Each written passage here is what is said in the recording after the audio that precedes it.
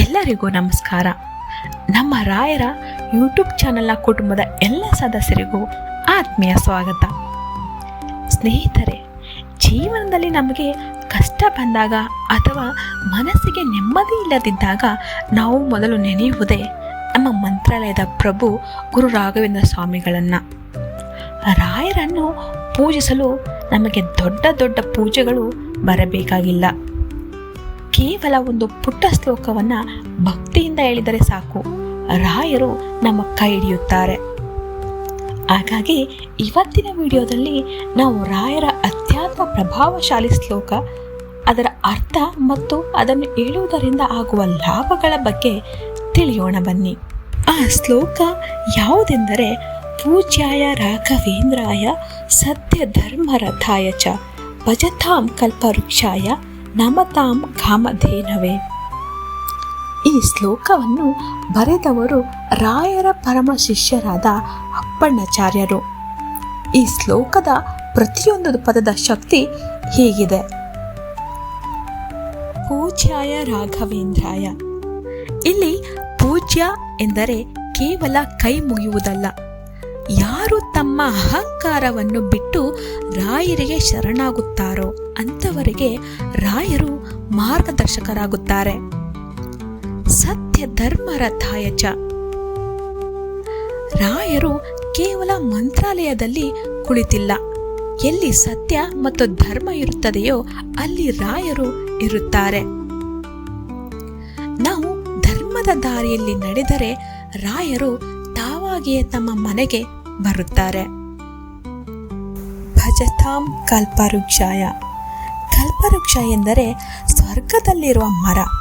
ಅದರ ಕೆಳಗೆ ನಿಂತು ಏನು ಕೇಳಿದರೂ ಸಿಗುತ್ತದೆ.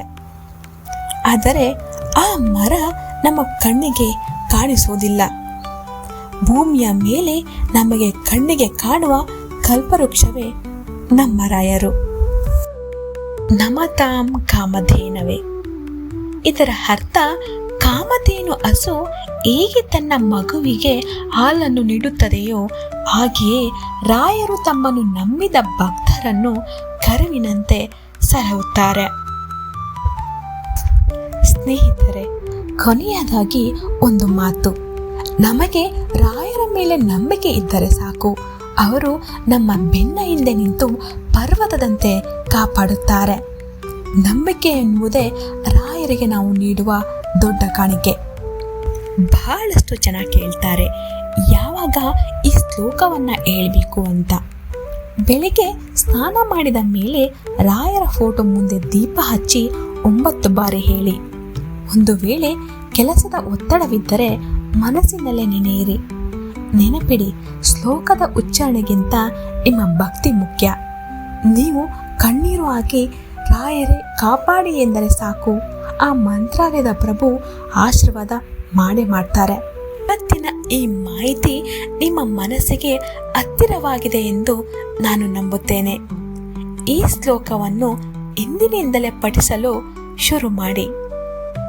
ಆ ರಾಯರ ಪವಾಡ ನಿಮ್ಮ ಜೀವನದಲ್ಲೂ ನಡೆಯಲಿ ಎಂದು ಆಶಿಸುತ್ತೇನೆ. ಈ ವಿಡಿಯೋ ಇಷ್ಟವಾಗಿದ್ದರೆ ತಪ್ಪದೆ ಲೈಕ್ ಮಾಡಿ ಮತ್ತು ನಿಮ್ಮ ಆತ್ಮೀಯರಿಗೂ ಇದನ್ನು ಶೇರ್ ಮಾಡಿ.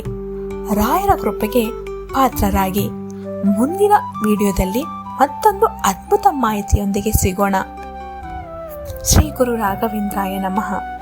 ಧನ್ಯವಾದಗಳು.